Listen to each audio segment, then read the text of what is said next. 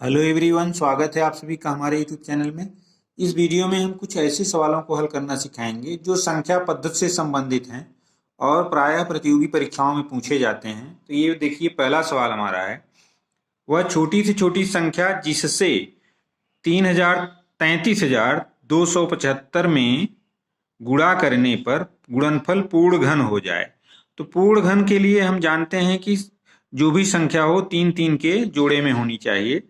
तो ऐसे सवाल सॉल्व करने के लिए हम सबसे पहले इनका गुणनखंड कर लेते हैं। यहाँ पर देखिए 33,275 है। अब इसका गुणनखंड करने के लिए हमें अगर भाज्यता का नियम मालूम है तो हम गुणनखंड आसानी से कर लेते हैं। तो 2 से यह कटेगा नहीं, क्योंकि इकाई के स्थान पर अगर शून्य रहता है, 2 4 6 में से आता है तो 2 से कटता है। 3 से भी नहीं कटेगा, क्योंकि अंकों का योग यह 3 से नहीं कटेगा। यहाँ पर देख रहे हैं इकाई के स्थान पर 5 है, इसलिए इसको 5 से काट देंगे हम। अब जब 5 से काटेंगे तो 5 छक 30, 3 33, फिर 32 होगा, 5 छक 30, 5 पची 25, 2 27, 5 पची 25। अब फिर ये 5 से हम काटेंगे। अब यहाँ पर 5 एकम 5, 5 तिहाई 15, 5 तिहाई 15 और 5 एकम 5। अब यहाँ 1331 हो गया। अब ये देख रहे हैं ये 11 से कटेगा। हम अब 11 से इसको काट देंगे। 11 एकम 11, 2 13, 11 दूनी 22, 11 एकम 11। फिर इसको काटेंगे 11 से, तो 11 एकम 11, 11 एकम 11। फिर 11 से जब काट देंगे तो ये हमारा 11 एकम 11। तो देख रहे हैं इसका गुणनखंड अब हमारा है, दी गई संख्या का गुणनखंड 5 गुणे 5 गुणे 11 गुणे 11 गुणे 11। यहाँ पूर्ण घन होना है, तो अगर हम इसमें 1 5 का और गुणा कर दें तो ये दी गई संख्या पूर्ण घन हो जाएगी। तो यहाँ पर दिए गए विकल्प में ये 5 आया है हमारा, तो यही हमारा अभीष्ट आंसर होगा। आशा करता हूं कि ऐसे सवाल आप आसानी से सॉल्व कर ले जाएंगे। अब ये दूसरा सवाल हमारा है, 100 के सभी भाजकों की संख्या क्या होगी। तो 100 के हम जितने भाजक निकालते हैं उनकी संख्या क्या होगी, इस सवाल का हल हमें इनमें से एक आंसर सही होगा, अब उसे ज्ञात करना है।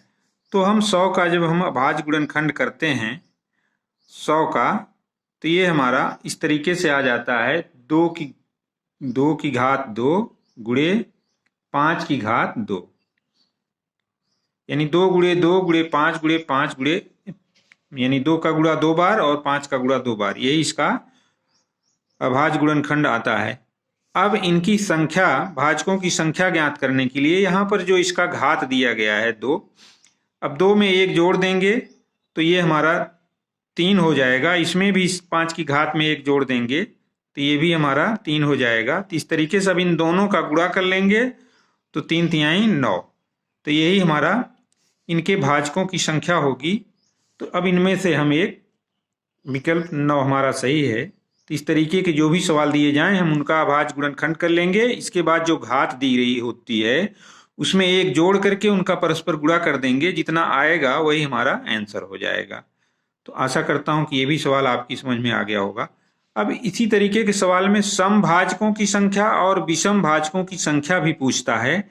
तो अगर मान लीजिए समभाजकों की संख्या पूछे, तो यहाँ पर देख रहे हैं कि 5 की घात 2 है, तो 5 की घात 2 है तो इसमें 1 जोड़ देंगे तो ये 3 हो जाएगा, और 2 की घात 2 है तो इसमें उतना ही गुणा कर देंगे तो 3 दूनी 6।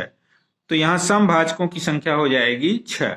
और विषम भाजकों की संख्या निकालना हो तो इसमें 1 जोड़ देंगे, 2 में 1 जोड़ देंगे तो ये 3 आ जाएगा। तो इस तरीके से इसमें 3 तरीके के प्रश्न पूछे जा सकते हैं। आशा करता हूं कि वे भी क्वेश्चन आप सभी सॉल्व कर ले जाएंगे। अब ये रहा हमारा अगला सवाल, 1 धन 2 धन 3 धन 4 धन डॉट डॉट डॉट 50, ये लगातार संख्याएं हैं, इनका योगफल अगर ज्ञात करना है तो ऐसे सवालों को सॉल्व करने के लिए हम अंतिम संख्या को लेते हैं। यहाँ पर देख रहे हैं अंतिम संख्या हमारी 50 है, तो अब 50 ले लेंगे और इसके बाद 50 में 1 जोड़ देंगे, 50 धन 1, फिर उसमें 2 से भाग दे देंगे, जितना आएगा वही इसका योगफल होगा। अंतिम संख्या यानी इसका फार्मूला होता है n इंटू n प्लस 1/2, जहाँ n अंतिम संख्या है। n कुछ भी हो सकता है, 50 है तो यहाँ 50 लिखेंगे, 100 है तो 100 लिखेंगे, लेकिन ये संख्याएं क्रम से होनी चाहिए। तो ये फार्मूला तभी लगता है जब ये क्रम से होंगी। अब इसको सॉल्व कर लेते हैं तो ये 50 हो गया। 50 गुणे 50 एक 51, 51/2 कर देंगे तो ये काट देंगे, 2 दूनी 4, 1 5, 2 5 10। अब 25 में हम 51 का जब गुणा करेंगे तो ये हमारा आ जाएगा 25 एकम 25, 25 पंचे 125 और 2 हासिल था तो 125, 26, 27 हो जाएगा। तो 1275 यही हमारा आंसर हो जाएगा। तो दिए गए विकल्पों में से हमारा पहला विकल्प सही होगा। अब आइए और इसी तरीके का अगला सवाल देखते हैं। अब ये रहा अगला सवाल। यहाँ पर संख्याओं का वर्ग दिया गया है, इनका योगफल ज्ञात करना है। यानी क्रमागत 50 तक की संख्याएं दी गई, 1 का वर्ग धन 2 का वर्ग धन 3 का वर्ग। तो इस तरीके का अगर सवाल दिया गया हो, यहाँ पर अगर मान लीजिए अंतिम संख्या n है तो इनका योगफल ज्ञात करने के लिए हम इस सूत्र का प्रयोग करते हैं, n + 1 इंटू 2n + 1 बाई 6 कर देते हैं। यही फार्मूला है। लगातार n संख्याओं के वर्गों का योगफल का सूत्र ये होता है। अब n जहाँ यहाँ पर 50 है तब n की जगह हम 50 लिख देंगे तो ये हमारा हो जाएगा 50 गुणे n + 1, 51 यहाँ हो जाएगा, और फिर गुणे 2n + 1, 50 दूनी 100 और उसमें 1 जोड़ देंगे तो ये 101 हो जाएगा। अब बटे 6 कर देंगे हम। यहाँ पर अब 2 से काट देंगे, 2 तिहाई 6 और 2 दूनी 4, ये 25 हो जाएगा। अब फिर 3 से काटेंगे तो ये 17 हो जाएगा, 17 तिहाई 51 होता है।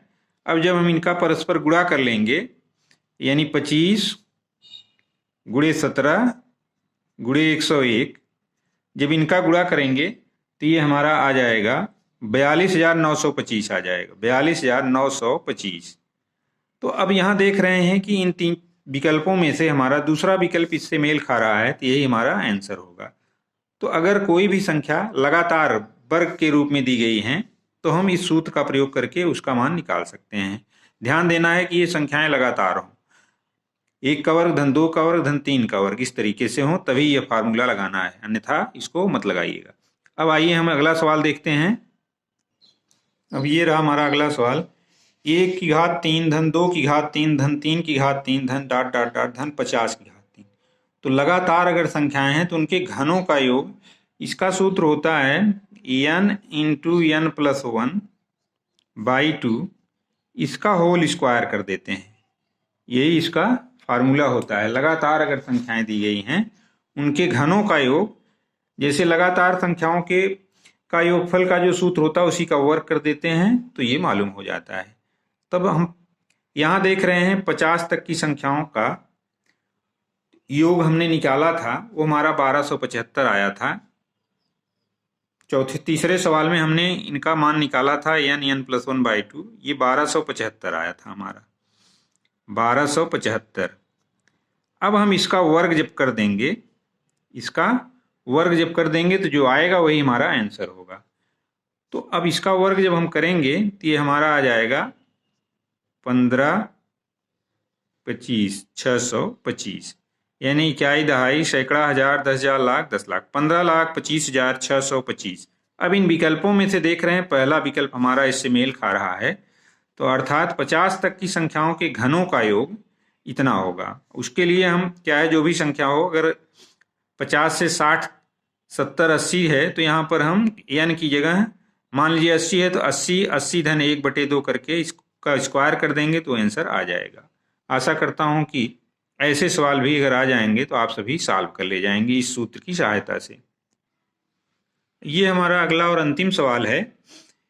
कभी कभी इस तरीके के भी प्रश्न पूछ दिए जाते हैं जो कि कम समय में हमें लगाना होता है। 1 से 100 तक की संख्याओं में सबसे अधिक जिस अंक का प्रयोग होता है वह अंक कौन सा है? तो अगर हम यहाँ पर गणना करने लगेंगे तो काफ़ी समय लग जाएगा, तो अगर हमें याद है तो हम उसको आसानी से लिख देंगे। तो यहाँ हम बता देना चाहते हैं कि 1 से 100 तक की संख्याओं में सबसे अधिक 21 बार 1 का प्रयोग होता है और सबसे कम 11 बार 0 का प्रयोग होता है। ये आपको ध्यान में रखना है। तो यहाँ पर हमारा तीनों विकल्पों में से पहला विकल्प सही होगा, यानी 1 जो है 21 बार 1 का प्रयोग होता है। 1 का प्रयोग सबसे अधिक बार होता है। 1 का प्रयोग 21 बार होता है और शून्य का प्रयोग सबसे कम बार यानी 11 बार होता है। ये चीज आपको ध्यान में रखना है, अधिक और कम अगर पूछा जाए तो इसको हम लगा सकते हैं। सबसे अधिक बार 1 का और सबसे कम बार शून्य का प्रयोग यानी 11 बार होता है। उसके बाद सभी संख्याओं का प्रयोग बराबर बराबर होता है। आशा करता हूं कि ये भी अगर क्वेश्चन पूछा जाएगा आप सभी सॉल्व कर लेंगे। तो इस तरीके से आज हमने आप सभी को संक्षेप में संख्याओं से संबंधित कुछ महत्वपूर्ण सवालों को हल करना सिखाने का प्रयास किया। आशा करता हूं कि ये सभी सवाल आपकी समझ में आ गए होंगे। तो अगर वीडियो अच्छा लगे तो इसको लाइक और शेयर करें और चैनल पर नए हो तो प्लीज़ चैनल को सब्सक्राइब करें। मिलते हैं अगले वीडियो में कुछ इसी तरह के सवालों के साथ। तब तक के लिए धन्यवाद।